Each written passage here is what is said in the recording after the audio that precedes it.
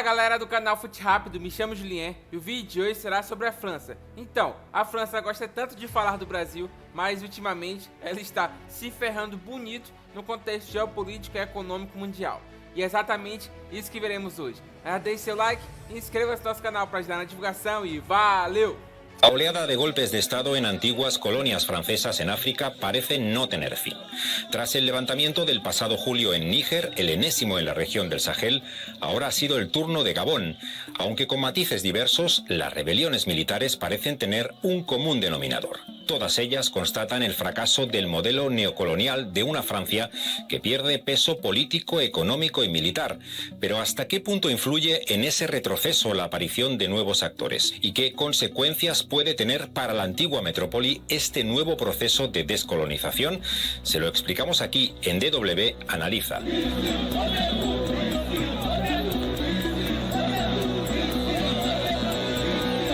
A menudo se recurre al auge del sentimiento antifrancés para explicar los recientes golpes de Estado en algunas de sus excolonias, especialmente en el Sahel, la región que separa el desierto del Sáhara de la sabana africana. Pero la realidad es mucho más compleja. Hay que remontarse al año 2012. En Mali, la minoría tuareg se sublevó en el norte del país, derrotando al ejército. El vacío de poder lo aprovecharon grupos islamistas que avanzaron hacia la capital, Bamako.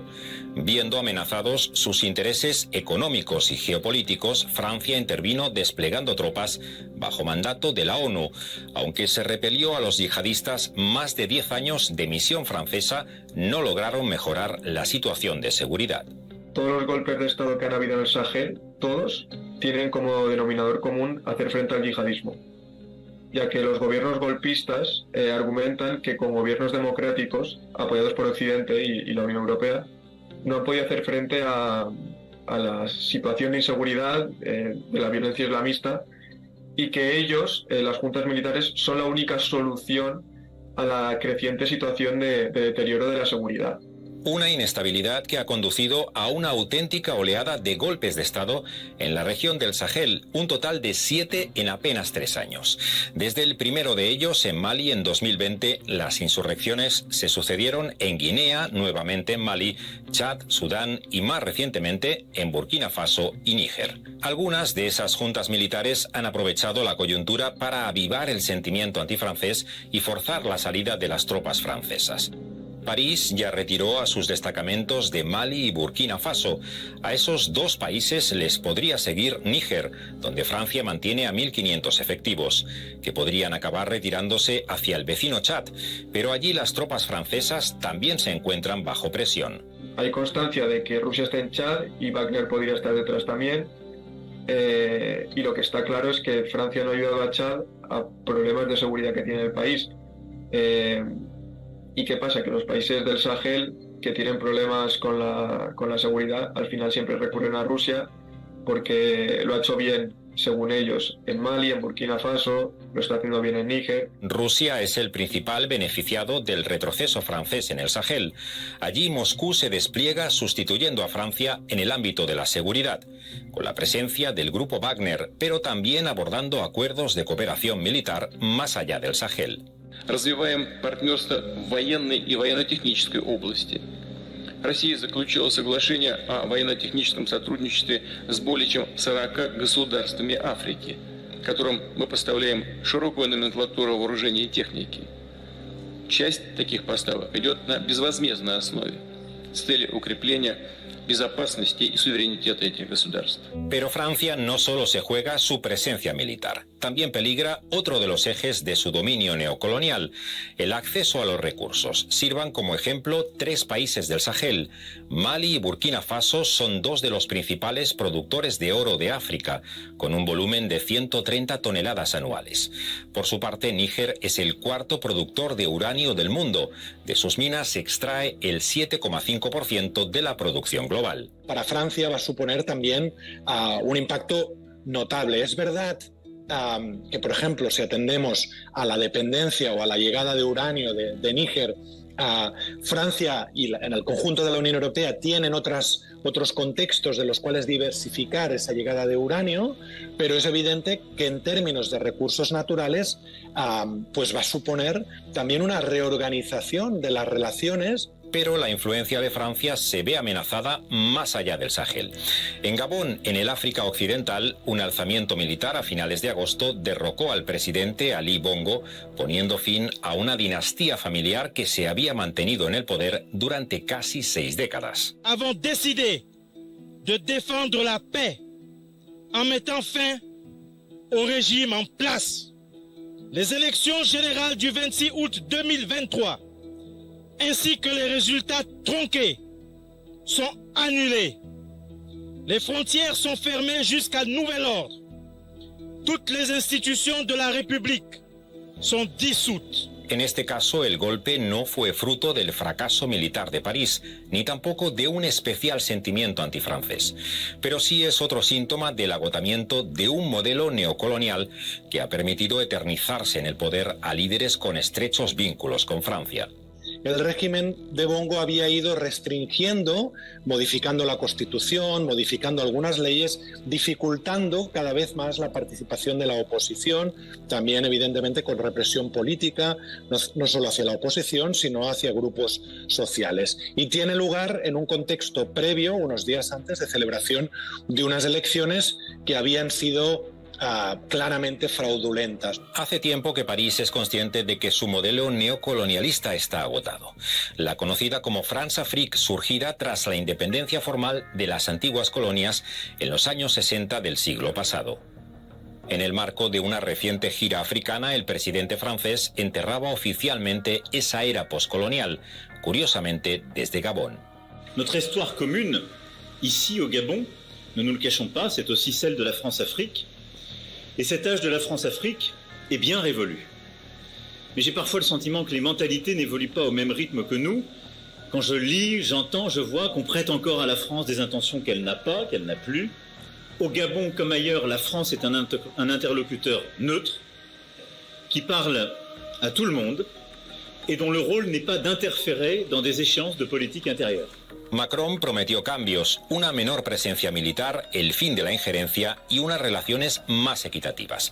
Pero muchos de los mecanismos de dominio siguen vigentes, especialmente en el ámbito económico. Es el caso del franco CFA, la moneda que aún utilizan 14 excolonias.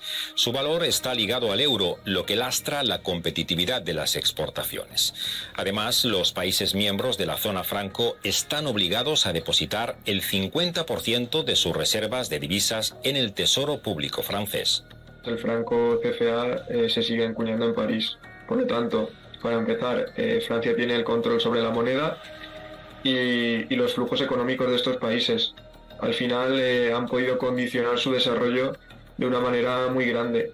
De hecho es que lo han hecho durante años.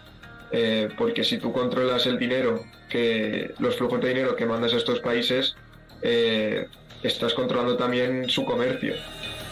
En este contexto se entiende el creciente sentimiento antifrancés en parte de sus excolonias, un sentimiento que el propio Emmanuel Macron pudo constatar en su gira africana. Ça aussi, ça doit changer dans la manière de coopérer avec la France et l'Europe. Regardez-nous autrement, en nous respectant, en nous considérant comme de vrais partenaires et non pas toujours avec un regard paternaliste, avec l'idée de toujours savoir ce qu'il faut pour nous. Pero el retroceso de Francia en África no se explica solo por los errores de París. También juega un papel determinante la aparición de nuevos actores, especialmente China. Valga como ejemplo la propia Gabón, que tiene desde hace años al gigante asiático como su principal socio comercial. La excolonia francesa destina a China la mitad de sus exportaciones, unos 4.000 millones de dólares anuales, especialmente petróleo, madera y manganeso. Gabón cubre más de una quinta parte de las necesidades chinas de este mineral. La irrupción de China, convertida ya en el mayor socio comercial de África, no solo ha provocado el retroceso de antiguas potencias coloniales como Francia, también ha obligado a reaccionar al resto de actores. Es el caso de Estados Unidos. Consciente de ello, la administración Biden ha empezado a cortejar a los países africanos. El año pasado, Washington acogió una importante cumbre con medio centenar de líderes del continente. Africa belongs to the table in every room where global challenges are being discussed, and in every institution where discussions are taking place. That's why I announced in September at the United Nations General Assembly that the United States fully supports reforming the UN Security Council to include permanent representation for Africa. Con un orden internacional caminando hacia una nueva división entre bloques, ganarse el apoyo de África en las instituciones globales puede resultar crucial. ¿Hasta qué punto será capaz Estados Unidos de recuperar el terreno perdido con China? Lo único que puede sacar de beneficio Estados Unidos es mantenerse militarmente, porque en tema económico Estados Unidos ha perdido muchísima influencia en África. Y su estrategia principal ahora mismo pasa por frenar el avance de China en la región. Pero no solo los grandes actores se disputan las esferas de influencia en África. Sin hacer demasiado ruido, nuevas potencias emergentes están aterrizando en el continente. Hay también pequeñas potencias que están preocupando bastante a China y a Rusia. Hay países que están entrando en el continente, como por ejemplo India, que está apostando por los proyectos agrícolas en gran medida. Y también Turquía es un país que va a dominar África porque está firmando tratados de cooperación militar muy importantes, muy interesantes y que están preocupando sobre todo a Rusia. Lo que está en marcha es un nuevo reparto de África. Y a diferencia del anterior, Occidente no podrá imponer sus condiciones en solitario. Con la aparición de multitud de nuevos actores, los países africanos dispondrán de herramientas para salvaguardar sus intereses. Hay que tener en cuenta que la mayoría de países hoy mantienen relaciones abiertas con multitud de países no occidentales y que por lo tanto lo que vamos a ver es como multitud de actores políticos y sociales tienen la posibilidad de negociar diferentes cosas, diferentes aspectos con países no exclusivamente occidentales, y eso evidentemente lo que va a hacer es atenuar ese poder más hegemónico, ese monopolio que Occidente tenía hasta hace poco. África afronta un nuevo proceso de descolonización, una nueva era en la que las antiguas potencias coloniales, especialmente Francia, pierden peso en favor de nuevos actores. Sobre todo China y Rusia han tomado la delantera en ese nuevo reparto de los recursos y las esferas de influencia. Está por ver, sin embargo, si esa mayor competencia se traduce en una mejora de las condiciones de vida en el que sigue siendo el continente más pobre del planeta. Então, os países africanos estão se livrando de um verdadeiro sanguessuga. A França se utiliza muito da palavra democracia para poder estabelecer sua influência no continente africano, mas de certa forma faz justamente o inverso. Acaba apoiando governantes que acabam virando ditadores de certa forma, porque se perpetuam no poder única e exclusivamente por sua boa relação com a França. Não é uma via de mão dupla, apenas a França se aproveita desse colonialismo e é uma situação assim assustadora, a hipocrisia que tudo isso envolve. Mas pelo menos a minha opinião é essa. Deixa a sua aqui nos comentários, deixe seu like, inscreva-se no nosso canal para ajudar na divulgação e valeu!